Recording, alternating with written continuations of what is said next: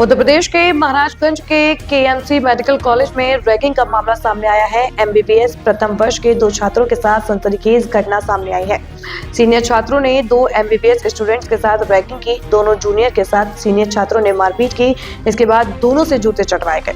मारपीट के दौरान एक छात्र बेहोश हो गया। मारपीट की घटना में दोनों छात्रों को इलाज के लिए अस्पताल में भर्ती कराया गया है। वहीं इस मामले में कोतवाली पुलिस ने 7 सीनियर छात्रों के खिलाफ केस दर्ज कर लिया है। घटना की जाँच शुरू की गई है।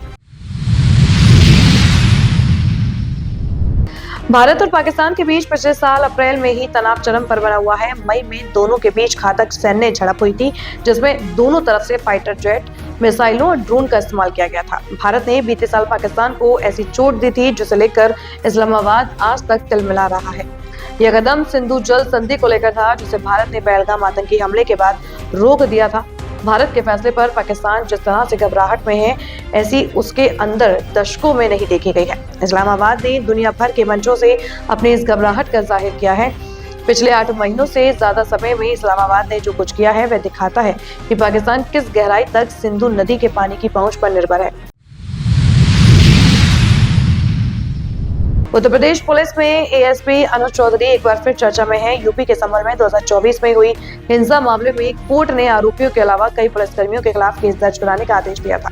इन पुलिसकर्मियों में एएसपी अनुज चौधरी का नाम भी शामिल था। अनुज चौधरी के खिलाफ केस दर्ज करने का आदेश देने वाले मुख्य न्यायिक मजिस्ट्रेट विवांशु सुधीर का ट्रांसफर कर दिया गया। अब उनके ट्रांसफर पर बवाल हो रहा है। सीजेएस विवांशु सुधीर का ट्रांसफर संभल से सुल्तानपुर कर दिया गया है। अब वह सुल्तानपुर के सिविल जज सीनियर डिवीजन होंगे। इस ट्रांसफर को डिमोशन के तौर पर देखा जा रहा है। उनके ट्रांसफर को राजनीति से प्रेरित और एएसपी अनुज चौधरी के खिलाफ फैसले के कारण बताया जा रहा है। छतरपुर शहर के छत्रसाल चौक पर मंगलवार को यूथ कांग्रेस के कार्यकर्ताओं ने यूपी में शंकराचार्य के कथित अपमान के विरोध में केंद्र और उत्तर प्रदेश की सरकार के खिलाफ मोर्चा खोल दिया है। ठंड के बावजूद कांग्रेसियों ने जबरदस्त प्रदर्शन किया है, जिसके जवाब में पुलिस ने प्रदर्शनकारियों को तितर-बितर करने के लिए वाटर कैनन का इस्तेमाल किया। इस दौरान पुलिस और कार्यकर्ताओं के बीच पुतले को लेकर झड़प और छीना झपटी भी देखने को मिली है। जानकारी के अनुसार यूथ कांग्रेस के बैनर तले बड़ी संख्या में कार्यकर्ता डाकखाना चौराहे पर एकत्रित हुए और प्रधानमंत्री नरेंद्र मोदी व यूपी के मुख्यमंत्री योगी आदित्यनाथ के खिलाफ जमकर नारेबाजी की। प्रदर्शनकारी अपने हाथों में पुतला लेकर उसे फूंकने की कोशिश कर रहे थे, तभी वहां तैनात भरी पुलिस बल ने उन्हें रोकने का प्रयास किया। देखते ही देखते छत्रसाल चौक पर स्थिति तनावपूर्ण हो गई। पुलिसकर्मी अधजला पुतला छीनकर भागते हुए नजर आए। साथ ही प्रदर्शन को रोकने के लिए पुलिस ने वाटर कैनन का भी प्रयोग किया। प्रयागराज में एयरफोर्स का प्लेन क्रैश, तालाब में गिरा, हवा में डगमगाया, 2 को बचाया गया। माघ मेला से 3 किलोमीटर दूर हादसा। प्रयागराज में एयरफोर्स का ट्रेनिंग एयरक्राफ्ट क्रैश हो गया। एयरक्राफ्ट हवा में उड़ते ही उड़ते डगमगाया और तालाब में गिर गया। 2 सीटर एयरक्राफ्ट में सवार दोनों पायलट सुरक्षित हैं। हादसा बुधवार दोपहर 12 बजे केपी कॉलेज के पीछे हुआ है। यह शहर के बीचों बीच का इलाका है। तालाब से सटा हुआ स्कूल और रिहायशी कॉलोनियां हैं। यहाँ से माघ मेले की दूरी करीब 3 किलोमीटर है। हादसे के तुरंत बाद आसपास के लोग मौके पर पहुंचे। प्रत्यक्षदर्शियों ने बताया कि एयरक्राफ्ट क्रैश होने से पहले दोनों पायलट पैराशूट से कूद गए और तालाब में गिरे। वहां दलदल में फंस गए थे, जिन्हें स्थानीय लोगों ने बाहर निकाला। मध्य प्रदेश के जबलपुर में मंगलवार को उस वक्त अफरा तफरी मच गई जब कांग्रेस की एक रैली के दौरान एक ऊंची इमारत की बालकनी से पिस्टल लहराने का मामला सामने आया है। यह रैली शहर में बिगड़ती कानून व्यवस्था और बढ़ते अपराधों के विरोध में निकाली जा रही थी। घटना का वीडियो सोशल मीडिया पर तेजी से वायरल हो रहा है। कांग्रेस कार्यकर्ता शहर में बढ़ते अपराध और पुलिस की कथित लापरवाही के खिलाफ एक विशाल रैली निकाल रहे थे। रैली जैसे ही बेलबाग इलाके से होकर गुजरी, माहौल अचानक तनावपूर्ण हो गया। बताया जा रहा है कि रैली पूर्व भाजपा विधायक अंचल सोनकर के निवास के पास से गुजर रही थी, तभी वहां से विवाद शुरू हुआ। वायरल वीडियो में साफ दिखाई दे रहा है कि युवक इमारत की बालकनी से हाथ में पिस्टल लेकर नीचे खड़े प्रदर्शनकारियों की ओर लहरा रहा है। सोशल मीडिया पर दावा किया जा रहा है कि यह युवक पूर्व विधायक अंचल सोनकर का बेटा राजा सोनकर है। इसी दौरान वहां मौजूद एक महिला द्वारा प्रदर्शनकारियों को चप्पल दिखाने का वीडियो भी सामने आया है, जिससे आक्रोश और बढ़ गया। नोएडा सेक्टर 150 में हुए दर्दनाक हादसे में 27 वर्षीय इंजीनियर युवराज की मौत के बाद इलाके में भारी आक्रोश देखने को मिल रहा है। युवराज की मौत को लेकर स्थानीय लोगों और परिजनों में गुस्सा लगातार बढ़ता जा रहा है। न्याय की मांग को लेकर बड़ी संख्या में लोग सड़कों पर उतर आए और प्रशासन के खिलाफ प्रदर्शन किया। प्रदर्शनकारियों का आरोप है कि यदि हादसे के तुरंत बाद प्रशासन और आपात सेवाएं समय पर सक्रिय हो जाती तो युवराज की जान बचाई जा सकती थी। लोगों का कहना है कि राहत और बचाव कार्यों में गंभीर लापरवाही बरती गई, जो सीधे तौर पर युवक की मौत की वजह बनी। मामले में अब तक 2 बिल्डर्स के खिलाफ एफआईआर दर्ज की जा चुकी है, लेकिन स्थानीय लोगों का सवाल है कि क्या सिर्फ एफआईआर से न्याय मिल जाएगा?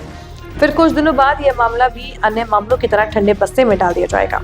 प्रदर्शन कर रहे लोगों ने आरोप लगाया है कि सेक्टर 150 में चल रहे निर्माण कार्यों में सुरक्षा मानकों की खुलेआम अनदेखी की जा रही है और प्रशासन सब कुछ जानते हुए भी आंखें मूंदे बैठा है। उनका कहना है कि हादसे से पहले भी कई बार शिकायतें की गई हैं, लेकिन कोई ठोस कार्रवाई नहीं की गई। अमेरिकी राष्ट्रपति डोनाल्ड ट्रंप के विमान एयरफोर्स 1 को मंगलवार शाम स्विट्जरलैंड के लिए उड़ान भरने के करीब 1 घंटे बाद वापस लौटना पड़ा। यह विमान जॉइंट बेस एंड्रयूज से रवाना हुआ था, लेकिन उड़ान के दौरान आई मामूली विद्युत तकनीकी खराबी के चलते एहतियातन उसे वॉशिंगटन डीसी क्षेत्र में ही वापस उतार लिया गया। व्हाइट हाउस ने स्पष्ट किया है कि यह फैसला पूरी तरह से सुरक्षा को ध्यान में रखते हुए लिया गया और किसी तरह का कोई बड़ा खतरा नहीं हुआ है। व्हाइट हाउस की प्रेस सचिव कैरोलिन लिविट ने बताया कि उड़ान के कुछ समय बाद विमान में इलेक्ट्रिकल सिस्टम से जुड़ी एक छोटी सी तकनीकी समस्या सामने आई।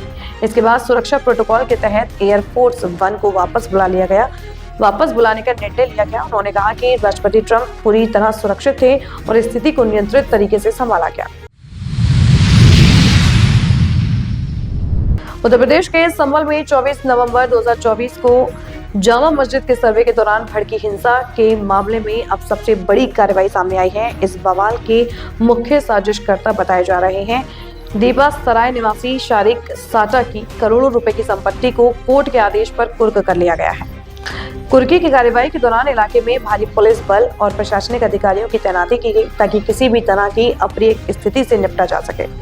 तहसीलदार धीरेन्द्र कुमार ने बताया कि न्यायालय के निर्देशों के अनुसार शारिक साटा की संपत्ति को अटैच किया गया है। यह संपत्ति शहर के सबसे महंगे इलाकों में स्थित है। 4 मंजिला इस इमारत में केवल उसी हिस्से को कुर्क किया गया है जो फरार आरोपी शारिक साटा की मिल्कियत में था। रेवेन्यू डिपार्टमेंट और पुलिस की संयुक्त टीम ने पूरी कानूनी प्रक्रिया के तहत ये कार्रवाई पूरी की है।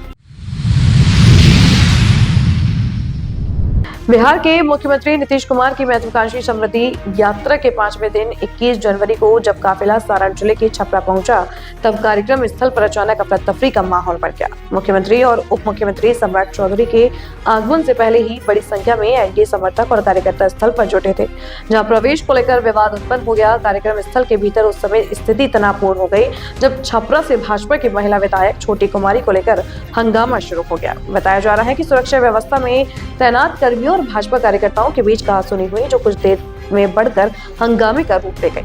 हालांकि मौके पर मौजूद अधिकारियों और वरिष्ठ नेताओं की सूझबूझ से स्थिति को जल्द ही नियंत्रण में ले लिया गया।